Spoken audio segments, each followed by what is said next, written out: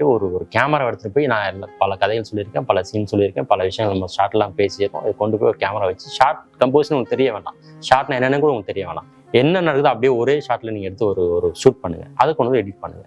So இது என்ன நடக்குதுன்னு முதல்ல பாருங்க. பார்த்த வேறு உங்களுக்கு ஒரு பயம் போகும். இப்போ நான் சொல்றது மூலம் என்ன நடக்க வேண்டாம், உங்களுக்கு மனசுக்குள்ள ஒரு பயம் இருக்குல்ல, என்னால் படம் எடுத்துட முடியுமா அப்படின்னு சொல்லிட்டு. ஸ்டீவன் ஸ்பீல்பர்க் மாதிரியான ஒரு முதல் படத்தை எடுத்தவர் இந்த உலகத்தையே மாற்றி அமைக்கக்கூடிய ஒரு பெரிய டைரக்டர் உருவாகும் போது நல்ல தரவுகளோட நல்ல டேட்டாஸோட எக்கச்சக்கமான ஸ்டஃபோட இருக்கக்கூடிய நம்ம வந்து ஒரு பெரிய விஸ்திரமான செழுமை கொண்ட ஒரு நபர்கள்.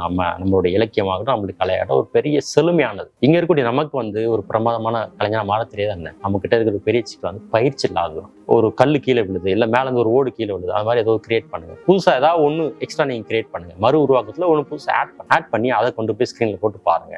எடிட் பண்ணி சவுண்ட்லாம் போட்டு ஸ்க்ரீன்ல முழுசா போட்டு பாருங்க. உங்களுக்கு அந்த படம் எப்படி இருக்குன்னு பாருங்க. இந்த பயிற்சி பண்ணிட்டே இருந்தீங்க அப்படின்னா நீங்க பிரமாதமான ஒரு படத்தை எடுத்து டைரக்டர் வரதுக்கு முழு சாத்தியம் இருக்கு.